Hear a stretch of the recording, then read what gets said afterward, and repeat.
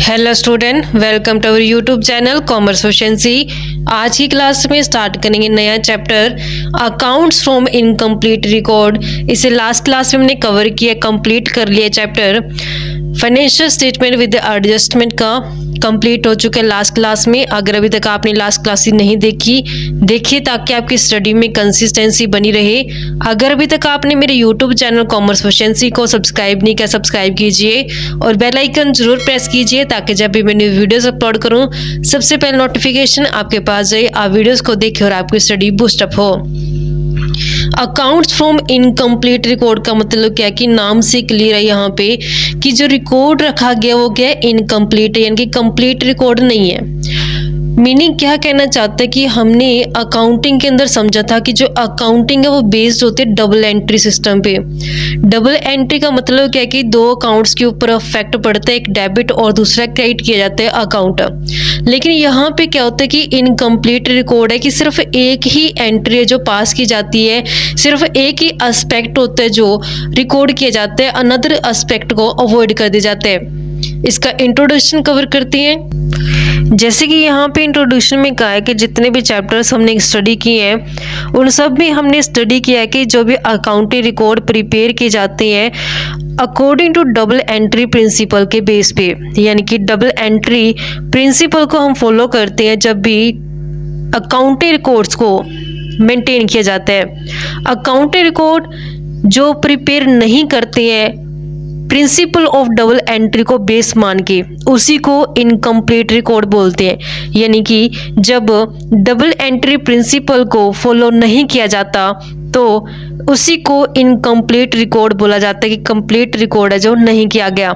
Simple words में अगर बात करें कि कोई भी अकाउंटिंग रिकॉर्ड जिसमें शॉर्ट यानी कि कमी पाई गई है, कंप्लीट करना नहीं किया गया उसमें डबल एंट्री को, उसी को इनकम्प्लीट रिकॉर्ड बोलते हैं।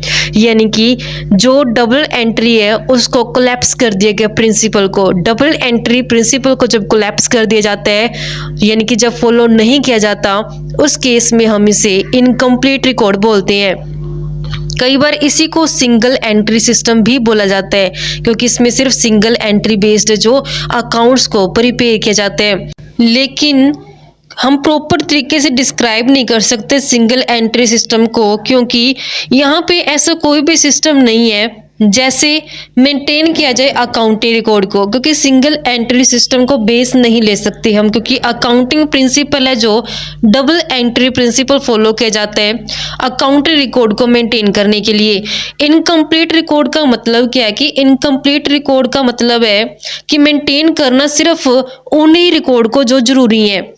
अगर सिंपल वर्ड्स में बात करें इनकम्प्लीट रिकॉर्ड में क्या होता है, कुछ सब्सिडरी बुक होती हैं, कुछ लेजर अकाउंट्स होते हैं जो मेंटेन नहीं किए जाते, अदरवाइज जो इसेंशियल होते हैं डबल एंट्री सिस्टम के अंदर, यानी कि जो डबल एंट्री सिस्टम के अंदर जरूरी होते हैं मेंटेन करने, लेकिन हम इनकम्प्लीट रिकॉर्ड के अंदर जब समझते हैं तो इनकम्प्लीट रिकॉर्ड के अंदर उन्हें मेंटेन नहीं किया जाता, कुछ सब्सिडरी बुक्स को और ऐसे कुछ लेजर्स अकाउंट को, उसी को इनकम्प्लीट रिकॉर्ड बोला जाता है। डेफिनेशन कार्टर के हिसाब से गिवन है कि सिंगल एंट्री सिस्टम एक ऐसा मेथड होता है जिसमें जो रिकॉर्ड की जाती है ट्रांजेक्शन, सिंगल एंट्री तो मतलब सिर्फ हमने टू फोल्ड एस्पेक्ट को इग्नोर कर देना, एक सिंगल एस्पेक्ट को जो कंसीडर करना है। जब सिंगल एंट्री बेस्ड पे बुक्स ऑफ अकाउंट्स को मेंटेन किया जाता है जिसकी कमी क्या रहती है कि बिजनेसमैन को जो कंप्लीट इंफॉर्मेशन होती है, जो ज़रूरी इंफॉर्मेशन होती है बिजनेस की पोजीशन जानने के लिए, वो नहीं मिल पाती, क्योंकि सिर्फ सिंगल एस्पेक्ट को ही है जो रिकॉर्ड किया जाता है, डबल एस्पेक्ट जो होता है वो रिकॉर्ड नहीं किया जाता, जो सिंगल एंट्री सिस्टम की कमी है। अगर एक बिजनेसमैन को कंप्लीट बिल्कुल सही तरीके से बिजनेस की पोजीशन जाननी है तो उसके लिए उसे डबल एंट्री प्रिंसिपल को फॉलो करना पड़ेगा। फीचर्स क्या है इसकी? फर्स्ट फीचर आते हैं maintenance of personal account only. इसमें इनकम्प्लीट रिकॉर्ड के अंदर क्या होता है कि सिर्फ पर्सनल अकाउंट को ही रिकॉर्ड करते हैं, जो रियल और नॉमिनल अकाउंट्स होते हैं उन्हें इग्नोर कर दिया जाता है। मेंटेनेंस ऑफ कैश बुक, सिर्फ कैश बुक को ही मेंटेन किया जाता है इस सिस्टम के अंदर। इसमें जो मिक्स कर दिया जाता है business as well as private transaction जो प्रोप्राइटर के होते हैं दोनों ही मिक्स कर दी जाती है। डिपेंडेंस ऑन ओरिजिनल वाउचर कि अगर इंफॉर्मेशन कलेक्ट करनी है, अगर जरूरी इंफॉर्मेशन को कलेक्ट करना है तो उसके लिए ओरिजिनल वाउचर है जो चाहिए होगा, जरूरत पड़ेगी।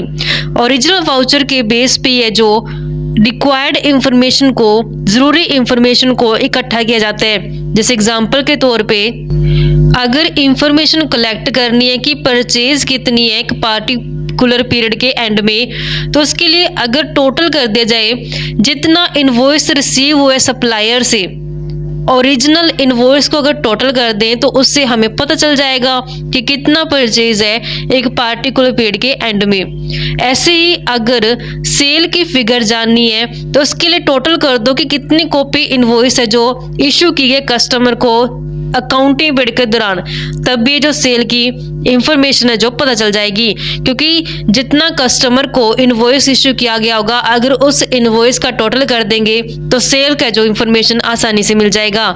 नेक्स्ट आता है लैक ऑफ यूनिफॉर्मिटी। जो बुक्स मेंटेन की जाती है सिस्टम के अंदर वो फर्म टू फर्म डिफरेंट रहती हैं। हर एक फर्म अपनी ज़रूरत के हिसाब से जो सब्सिडरी बुक्स मेंटेन करती है, लेजर्स अकाउंट्स को मेंटेन करती है। जो उसे ज़रूरी पड़ती है इंफॉर्मेशन, जो उसके लिए ज़रूरी है सब्सिडरी बुक, जो ज़रूरी है उसके लिए लेजर्स अकाउंट सिर्फ वही प्रिपेयर करती है। तो यहाँ पे जब फर्म अपनी ज़रूरत के हिसाब से बुक्स ऑफ अकाउंट्स को प्रिपेयर करते तो हर एक फर्म की ज़रूरत अलग होती है, जिस कारण से फिर उनके जो बुक्स ऑफ अकाउंट्स होते हैं जो वो भी अलग होते हैं। नेक्स्ट आता है सुटेबल कि किन के लिए सुटेबल रहते हैं, कि जो सोल प्रोप्राइटर, सोल ट्रेडर और जो पार्टनरशिप फर्म होते हैं। सोल ट्रेडर का मतलब होता है कि जो एक अकेला ट्रेडर होता है। पार्टनरशिप फर्म जो होती है सिर्फ उनके लिए बेनिफिशियल रहता है ये सिस्टम। लेकिन जो कंपनी लिमिटेड कंपनी होती है वो जो लीगल प्रोविजंस के कारण इस सिस्टम को फॉलो नहीं कर पाती, क्योंकि लिमिटेड कंपनी जो होती है उसको डबल एंट्री प्रिंसिपल को फॉलो करना पड़ता है। प्रिपरेशन ऑफ फाइनल अकाउंट्स, अगर फाइनल अकाउंट प्रिपेयर करना है तो उसके लिए सिर्फ पर्सनल अकाउंट ही नहीं बल्कि नॉमिनल और रियल अकाउंट की भी ज़रूरत पड़ती है। अगर फाइनल अकाउंट प्रिपेयर करना है तो उसके लिए यहाँ पे जो डबल एंट्री बेस्ड सिस्टम है रिक्वायर होगा। रियल, पर्सनल और नॉमिनल तीनों ही अकाउंट्स की भी रिक्वायरमेंट होती है।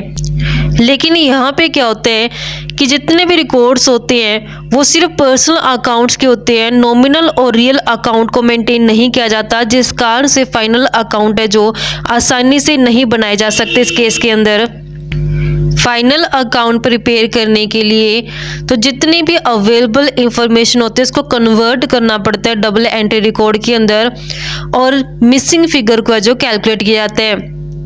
तो यहाँ पे जो फिगर रहता है असेट्स और लायबिलिटी का वो एस्टीमेट बेस पे होता है। इसी कारण से जो यहाँ पे स्टेटमेंट होती है असेट्स एंड लायबिलिटी की प्रिपेयर की जाती है, उस स्टेटमेंट को स्टेटमेंट ऑफ अफेयर का नाम दिया जाता है, ना कि बैलेंस शीट का।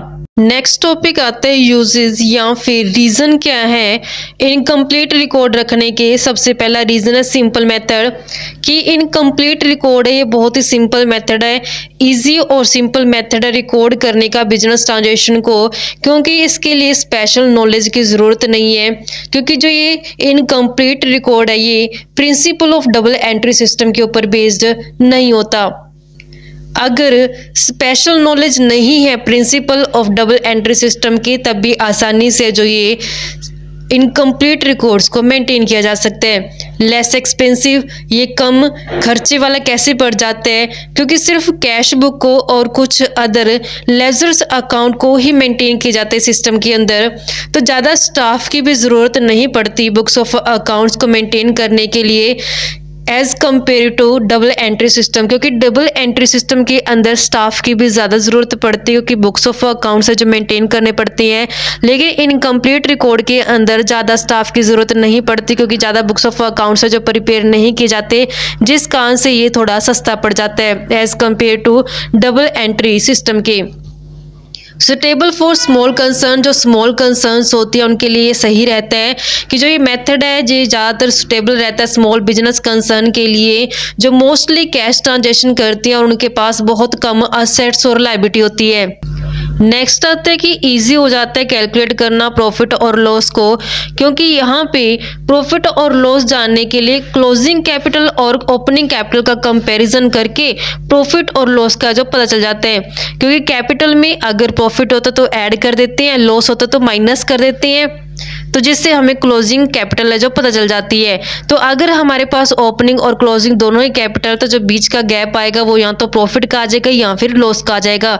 तो यहाँ पे प्रॉफिट या फिर लॉस कैलकुलेट करना आसान हो जाता है। नेक्स्ट आता है फ्लेक्सिबल मेथड की। ये जो मेथड है ये फ्लेक्सिबल है, इसमें रिजिडिटी नहीं पाई जाती। ये जो मेथड है ये प्रैक्टिकल होता है और रिजेक्ट करते हैं जो स्ट्रिक्ट रूल्स बनाए गए होते हैं डबल एंट्री सिस्टम के अंदर। तो ये डबल एंट्री सिस्टम को तो फॉलो करता नहीं है, जो उसके रूल्स है ना ही वो रूल फॉलो किए जाते हैं। तो ये आसानी से चेंज भी हो जाता है और ये एडजस्ट भी हो जाता है। जितनी जैसी ज़रूरत होती है एक पार्टिकुलर बिजनेस की, उसके हिसाब से सिस्टम का जो एडजस्ट किया जा सकता है, इस कारण से ये फ्लेक्सिबिलिटी है। तो इस तरीके से बच्चों हमारे पास ये कंसेप्ट बनता था, फीचर्स क्या हैं और इसके यूजेस या फिर रीजन क्या इनकम्प्लीट रिकॉर्ड रखने के। नेक्स्ट क्लास में इसकी लिमिटेशंस कवर करेंगे इनकम्प्लीट रिकॉर्ड की। ऐसे ही क्लासेस के लिए आप मेरे यूट्यूब चैनल कॉमर्स प्रोफिशिएंसी को सब्सक्राइब, लाइक और शेयर करें। बेल आइकन जरूर प्रेस करें ताकि जब भी मैं न्यू वीडियोस अपलोड करूं सबसे पहले नोटिफिकेशन आपके पास जाए। आप वीडियोस को देखकर आपकी स्टडी बूस्ट अप हो।